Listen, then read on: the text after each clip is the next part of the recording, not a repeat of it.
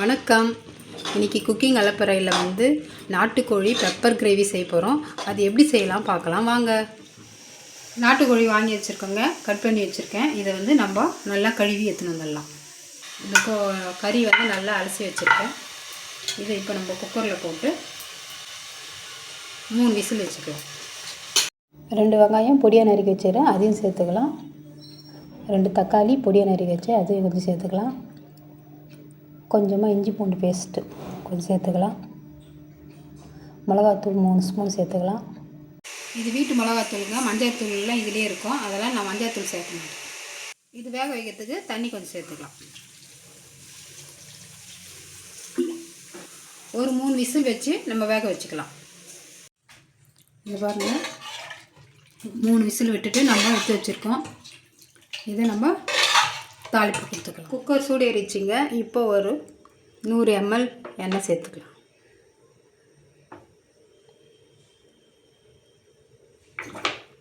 கொஞ்சமாக சோம்பு, ஒரு கொத்து கருவேப்பிலை எண்ணெயில் போட்டுக்கலாம். பொடியாக நறுக்கி வச்சா ஒரு 4 வெங்காயம் பொடியாக நறுக்கி வச்சுக்கிறேன், அது எண்ணெயில் போட்டுக்கலாம். இது கொஞ்சம் நேரம் வதங்கட்டும்.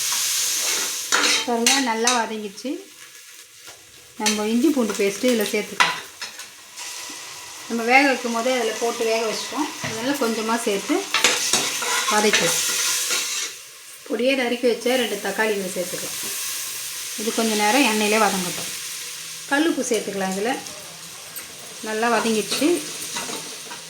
வேக வச்ச சிக்கன் இதில் சேர்த்துக்கலாம்.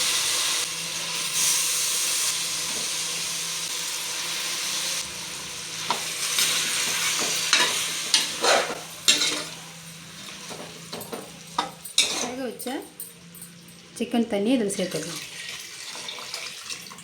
இப்போ நல்லா மிக்ஸ் பண்ணி எடுத்துக்கலாம்.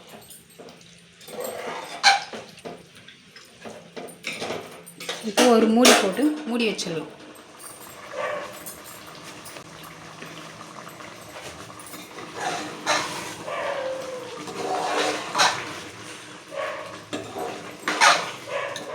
சூப்பராக ரெடி ஆகிடுச்சு.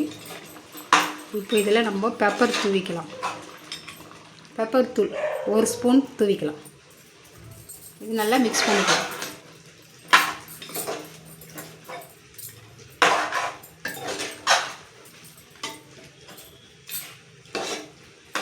இது கொஞ்ச நேரம் இருக்கட்டும். நாட்டுக்கோழி கிரேவி ரெடி ஆகிடுச்சுங்க. இப்போ நம்ம கொத்தமல்லி தூவி இறக்கிக்கலாம். பாருங்கள், நாட்டுக்கோழி பெப்பர் கிரேவி ரெடி. இந்த ரெசிபி நீங்கள் செஞ்சு பார்த்துட்டு எப்படி இருக்குன்னு எங்களுக்கு லைக் பண்ணுங்கள், ஷேர் பண்ணுங்கள், கமெண்ட் பண்ணுங்கள், சப்ஸ்கிரைப் பண்ணுங்கள். மறக்காமல் பெல் ஐக்கானை ப்ரெஸ் பண்ணுங்கள். தேங்க்ஸ் ஃபார் வாட்சிங்.